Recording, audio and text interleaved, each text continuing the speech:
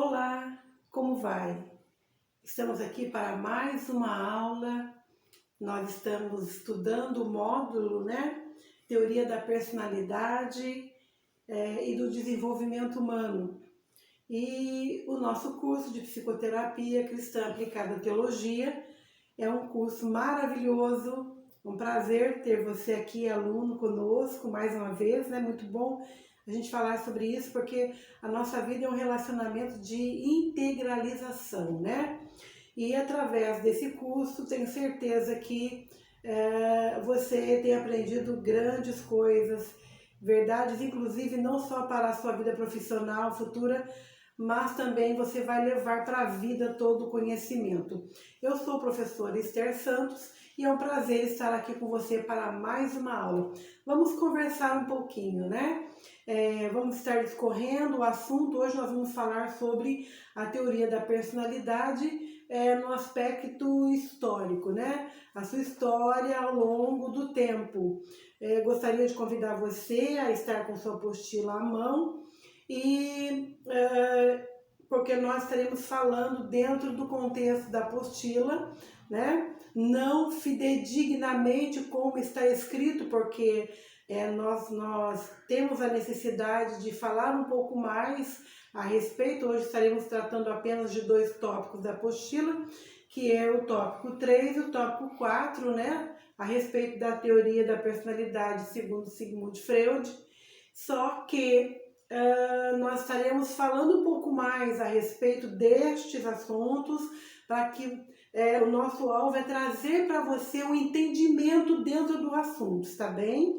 Então, que você possa estudar conosco essa aula e você possa entender. Se você não entendeu, assista novamente o vídeo, leia a apostila, dá uma retrospectiva aí nos módulos passados, que nós falamos a respeito dos temperamentos, né? Falamos a respeito de caráter, personalidade, e hoje estamos tratando nas questões das teorias da personalidade no aspecto histórico, está bem? Então vamos lá. A teoria da personalidade ao longo da história. A personalidade é uma construção pessoal que decorre ao longo da vida e uma elaboração da nossa história. Já falamos bastante a respeito disso na aula passada. Da forma que sentimos e interiorizamos as nossas experiências, acompanha e reflete a nossa maturação psicológica. As primeiras teorias da personalidade surgiram em um contexto clínico e com uma finalidade muito prática: oferecer um fundamento teórico para os transtornos mentais e seus tratamentos. Pois bem, as teorias posteriores, mesmo não tendo se originado em um contexto clínico, oferecem também novas possibilidades para a psicoterapia.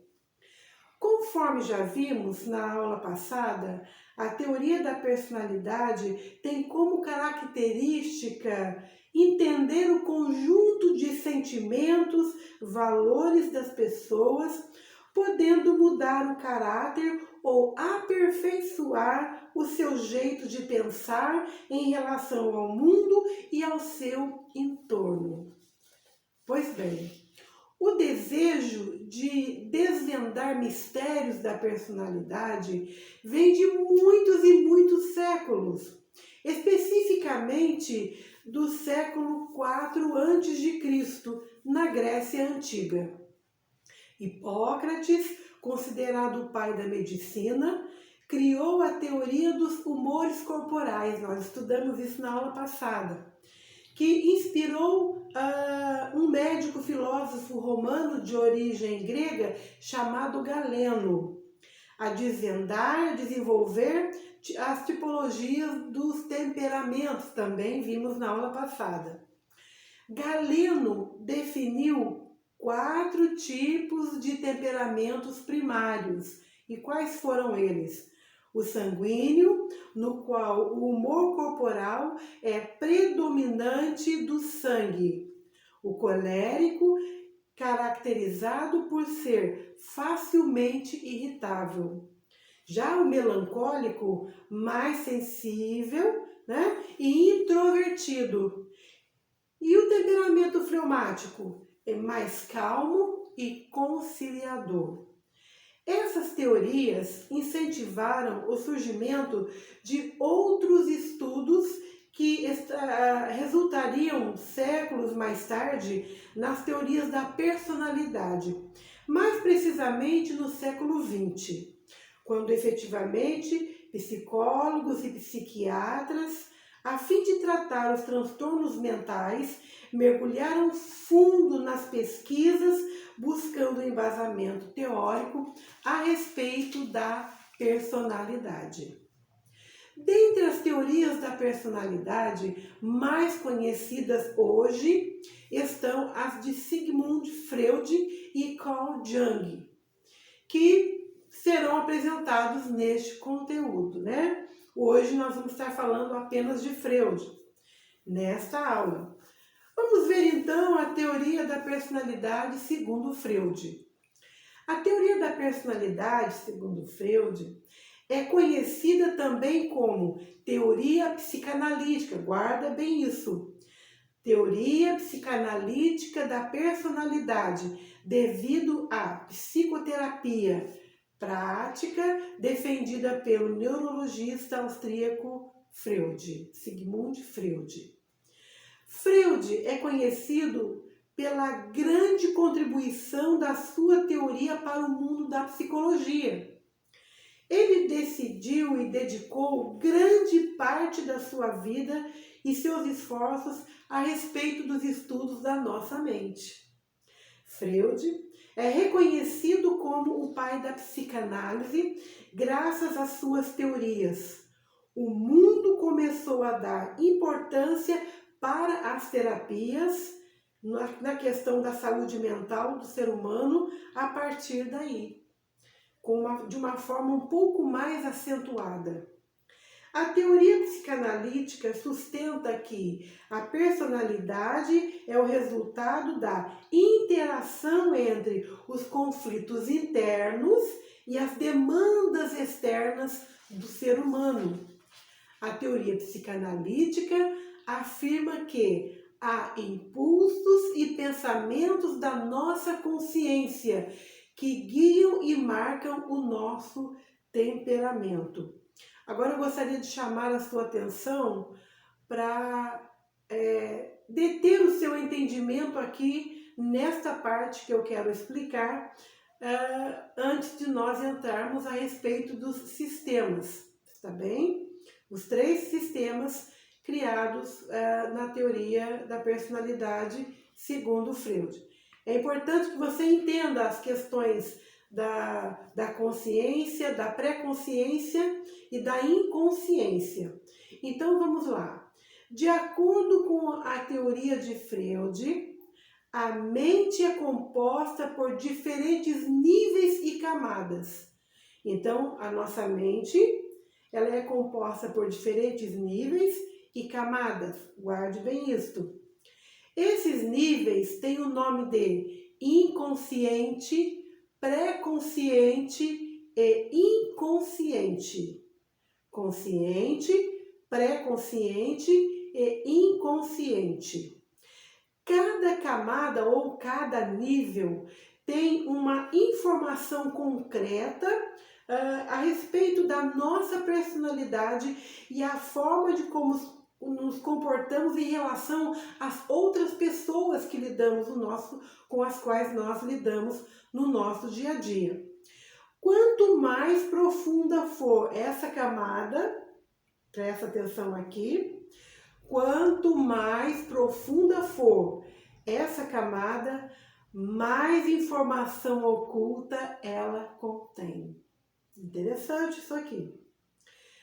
Agora nós vamos ver detalhadamente a respeito de todas essas 3 partes aqui, essas 3 composições, está bem?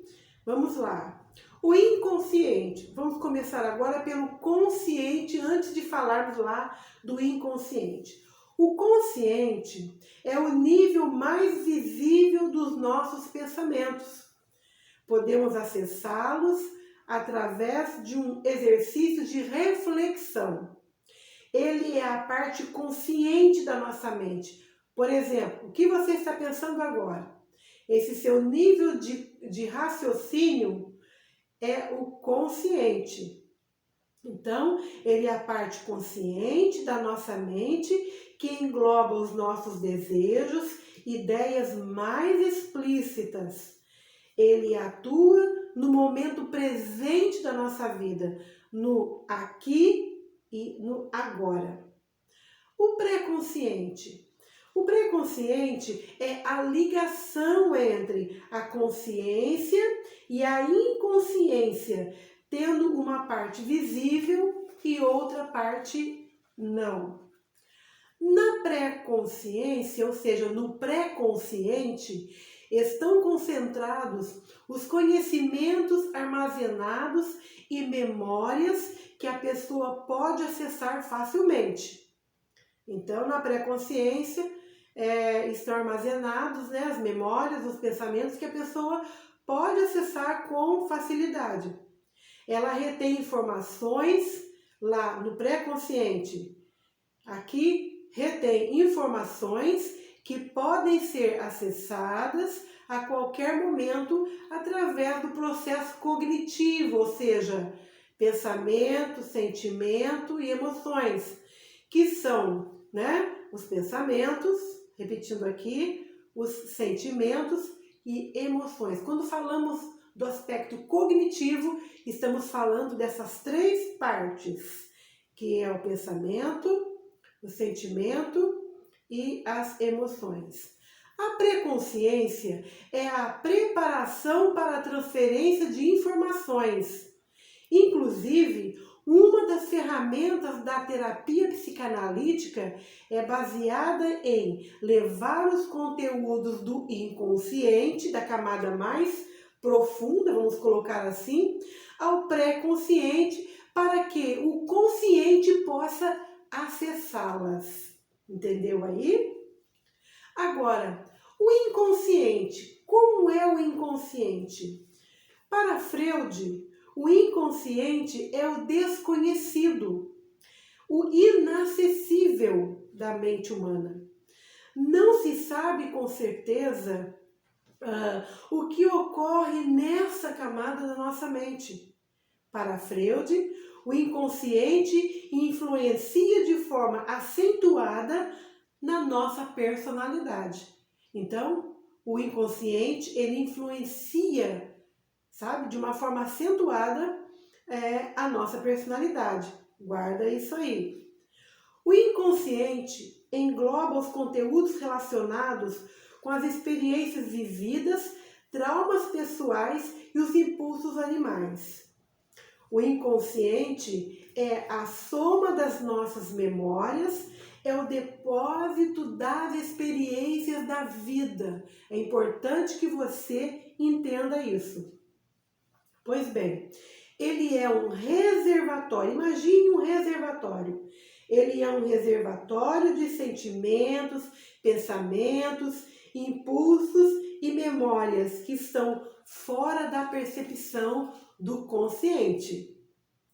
A teoria da psicanálise tem como objetivo explicar todo o funcionamento do ser humano, desde os comportamentos mais visíveis até as emoções mais reprimidas, passando pelos traumas e pelos transtornos psicológicos. Para Freud, toda a ação é movimentada por forças internas, que estão diretamente ligadas ao prazer. Ou seja, para ele, o desenvolvimento da personalidade é regido pela libido. Quando eu falo aqui libido, eu estou falando a respeito da energia que nós direcionamos para o objeto do nosso desejo.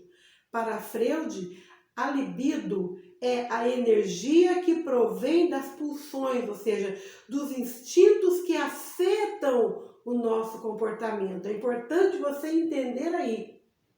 A libido aqui, o entendimento de libido, a concepção de libido aqui é um pouquinho diferente da concepção de libido segundo o nosso dicionário.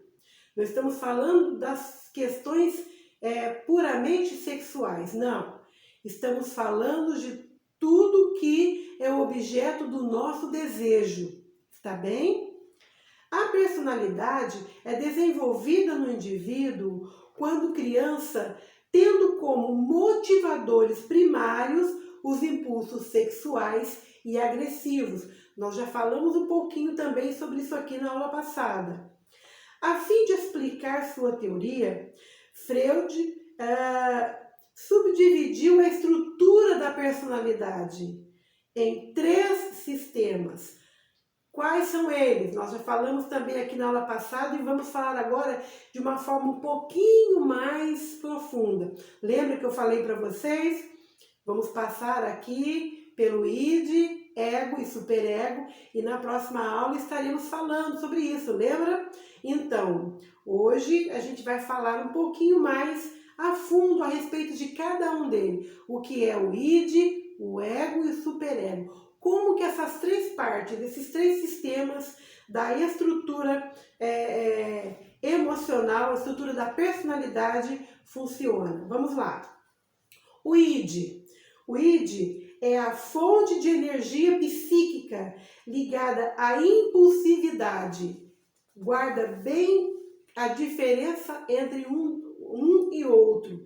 Se você não entendeu aqui, assista novamente a aula, porque é importante que você entenda a diferença entre um e outro, porque você vai receber um paciente no seu consultório psicoterapêutico, ou até mesmo, quem sabe, você já está em contato com alguém que está passando por algumas demandas emocionais, e é importante que você conheça isso aqui, esses 3 sistemas, para que você possa saber como buscar dentro do contexto, da demanda daquela determinada pessoa que vai te procurar ou que já tem te procurado, e para você entender e saber qual é o caminho que você vai tomar. Então, como eu falei aqui, o id, ele é a fonte de energia psíquica ligada à impulsividade, ou seja, trata-se do aspecto da personalidade ligado às pulsões. Guarda isso.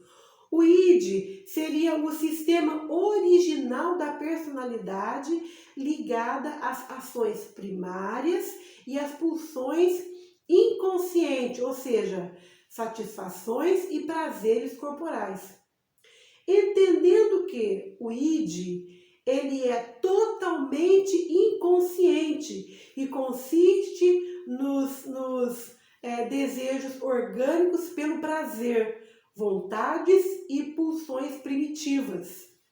O id é irracional, guarda isso. O id é irracional. Ele busca uma solução imediata para as tensões. O id, ele não aceita frustrações e não conhece qualquer tipo de inibição. O id desconhece o senso de juízo, lógica, valores e moralidade. Outra coisa que você precisa guardar bem, tá ok? Agora, o ego. O que é o ego? O ego é o aspecto racional da personalidade. Enquanto que o id é o irracional, o ego, ele é o aspecto racional da personalidade. Lembre-se que estamos tratando aqui de personalidade. Ele obedece aos princípios da realidade, controlando os impulsos do id. Ele é responsável pelo controle das pulsões, servindo como mediador e facilitador da interação entre o id e as circunstâncias do mundo externo. O ego representa a razão, que é a racionalidade, ao contrário do impulso insistente e irracional do id. Por isso, ele obedece à realidade, refreando as demandas em busca do prazer, até encontrar o objeto apropriado para satisfazer a necessidade de forma controlada e reduzir a tensão. Não estou dizendo reduzir a atenção, reduzir a tensão, tá bem? Sendo assim, a principal função do ego, guarda isso aqui que é importante também, a principal função do ego é buscar a harmonia entre os desejos do id e a repressão do superego, que vamos ver daqui a pouquinho. O ego é o controlador e apaziguador das decisões que envolvem o id e o superego. Ou seja, o ego ele é o equilíbrio entre o id e o superego. Agora, o que é o superego? O superego é o componente moral da mente humana. Ele é ao lado da personalidade responsável pelos valores sociais e morais. Com isso, o superego representa os valores da sociedade. É ele que dá a noção do certo e do errado ao indivíduo. Ele reprime por meio de punição o sentimento de culpa. Sabe aquela voz que diz assim, você não deveria ter feito isso? Pois é o superego, né? O superego em ação. Então, ele reprime por meio de punição ou sentimentos de culpa qualquer impulso contrário às regras e ideais. O superego também força o ego a se comportar de maneira moral, conduzindo o indivíduo no que é correto. O superego forma-se após o ego, enquanto a criança assimila os valores recebidos dos pais e da sociedade. Já estou concluindo aqui, mas é importante você saber também que o superego, como sendo senso de juízo moral, pune o indivíduo não apenas por ações praticadas, mas também por pensamentos inapropriados ou inaceitáveis. Ele entra em conflito com o id. Juntas, essas três estruturas compõem o aparelho descrito por Freud e nos ajuda a entender um pouco mais a respeito da personalidade humana. Olha que aula importante. Então eu vou resumir aqui para você, vou dar um exemplo. Pessoas que gostam de chocolate, né? Os chocolatras, vamos colocar assim. Então a pessoa vai no mercado, compra o chocolate e ela compra uma barra grande de chocolate. E aí o impulso, o id diz, você pode comer tudo. Aí vem aquela sensação, você morde um pouquinho, um pedaço. Vamos colocar que isso possa acontecer com você. Você vai lá, compra a barra de chocolate, chega em casa, senta num lugar confortável, dá uma mordida no chocolate e você fecha os olhos e sente aquele prazer. Aí o id, ele diz assim, come tudo, satisfaça a sua vontade. Aí o ego diz para você assim, será que é bom para você? E você continua comendo. E aí o superego diz assim, olha, você sabe que a última vez que você comeu fez mal para você. Então, o que acontece? Os três agem em conjunto, sabe? Então o superego, ele é a voz do juízo, é ele que põe ordem na situação, é ele que faz a organização mental. Então olha que mecanismo sensacional, sabe? O Criador, ele é maravilhoso. Tudo que nós temos, quem nós somos, temos com perfeição. Deus fez o ser humano de uma forma espetacular. Porque tudo em nós tem uma conformidade, uma consonância e uma integralização sensacional. Nada foi feito em nós, na nossa mente humana, no nosso corpo físico, na nossa anatomia, sem nenhum sentido. Tudo tem sentido. Então, essas três estruturas aqui, o id, o ego e o superego, ele nos ajuda a entender um pouco mais a respeito da nossa personalidade. Então, eu espero que você tenha aproveitado bem essa aula e eu fico por aqui e até a nossa próxima aula.